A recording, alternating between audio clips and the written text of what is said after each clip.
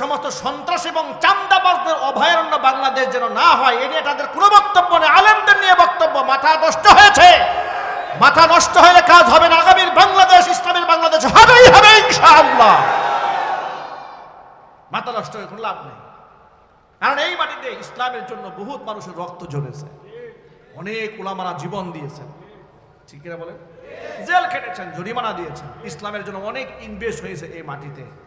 আমি ওয়াইজিন পরিষদ, দাওয়াতুল কোরআন ওয়াইজিন পরিষদের সমস্ত ওয়াইজিনদেরকে বলবো, বুক ফুলিয়ে মাথা উঠিয়ে গৌরবের সাথে স্পষ্ট ভাষায় কোরআন সুন্নাহর কথা অবলীলায় বলে যান। ডান পাশ থেকে কে আপনাকে না করেছে, বাম পাশ থেকে কে না উচ্চারণ করেছে, ইতিহাস থেকে সবক নেন। যারা না বলেছে, আলেমদের কণ্ঠকে টুটিকে চেপে যারা ষড়যন্ত্র চালিয়েছে, সময়ের ব্যবধানে নির্লজ্জ পরাজয় বরণ করে ইতিহাসের আস্থা করে তারা নিক্ষিপ্ত হয়েছে। পৃথিবীতে যারা যত মাজলুম হয়েছে, আল্লাহ পাকের কাছে তত বেশি মাকবুল হয়েছে, ঠিক কিনা জোরে বলেন? যারা যত মাজলুম, আল্লাহর কাছে তারা তত বেশি মাকবুল। ভয়ের কোনো কারণ নাই। ওলামারা দাওয়াতি মিশনগুলো হাসি মুখে সর্বদা সর্বাগ্রে পৌঁছে দেন। বুক ফুলে ইসলামের কথা বলেন, তাওহীদের কথা বলেন, বাংলাদেশে খেলাফতের কথা বলেন, গণতন্ত্রের বিরুদ্ধে কথা বলেন, রাজতন্ত্রের বিরুদ্ধে কথা বলেন, স্বৈরতন্ত্রের বিরুদ্ধে কথা বলেন, জুলুমতন্ত্রের বিরুদ্ধে কথা বলেন।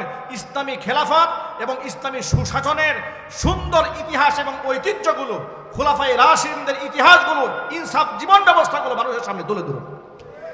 মানুষ বুঝতে সক্ষম হবে একমাত্র মুক্তির পথ খেলাফত।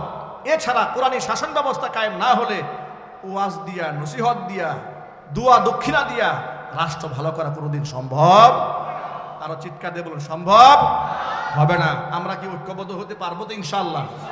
কারা কারা পারবেন? হাত দেখতে চাচ্ছি। আল্লাহ যেন কবুল করেন, জোরে কোন আমিন। আরো চিৎকার দিয়ে এখন আমিন। হাত নামান। আমি আমার সকল ভাইদেরকে উদ্দেশ্যে কয়েকটা কথা বলবো। আলেমদের উদ্দেশ্যে কয়েকটা কথা বললাম, এবার ভাইদের উদ্দেশ্যে বলবো। কোন মসজিদের ইমাম এবং খতিব কোরআন সুন্নাহর হক এবং হক্কানিয়াতের বার্তাগুলো স্পষ্ট ভাষায় বলতে গেলে সমাজের যত বড় প্রভাবশালী লোকই তার বিরুদ্ধাচরণ করুক না কেন, দাঁত ভাঙ্গা জবাব দেওয়ার জন্য ঐক্যবদ্ধ হয়ে যাবেন, ঠিক কিনা জন্য বলেন?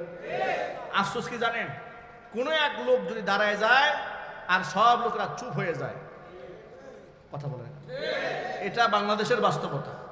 কেউ কথা বলে না, মনে মনে ভয় পায় যে এটা করলে আমার কি বিপদ হবে।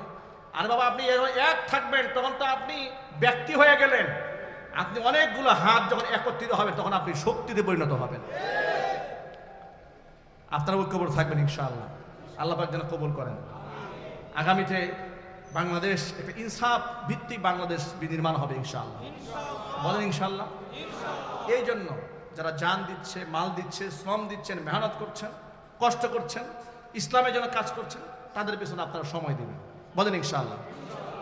আর প্রকাশ্য দিবালকে ইসলামের বিরোধিতা যারা করবে, যত বড় প্রভাবশালী হোক না কেন, তাদের সাথে কোনো সম্পর্ক রাখা যাবে না। একদম স্পষ্ট বার্তা, তওবা করতে হবে, জাতির কাছে ক্ষমা চাইতে হবে। শুধুমাত্র এই কথা বললে হবে না, আমরা ক্ষমতায় গেলে ইসলাম বিরোধী কোনো আইন হবে না, এই সমস্ত ধান্দাবাজি কথা বলা চলবে না। বলতে হবে ক্ষমতায় গেলে ইসলামিক আইনগুলো আমরা বাস্তবায়ন করব। সহজ কথা। ইসলাম বিরোধী কেন করবেন? আপনি কাফের নাকি? আপনি কি মুরতাদ? আপনি কি বেঈমান? আপনি কি আবু জেহেলের নাতিপুতি যা আপনার ব্যাপারে আমরা এই সংখ্যা করবো, আপনি ইসলামের বিরুদ্ধে যাবেন? এই কথা বলেন কেন? আপনি মুসলমানের সন্তান, আপনি বলবেন আল্লাহ পাক কোরআন সুন্নাহ যা বলেছেন আমি ক্ষমতায় গেলে সেটা বাস্তবায়ন করব। যারা কথা বলতে পারবে, এই সাহস যারা আছে, তাদের সাথে আমরা আছি। আমরা বলি ইনশাআল্লাহ। আল্লাহ রাব্বুল আলামিন কবুল করে, মঞ্জুর করে, জোরে বলেন আমিন।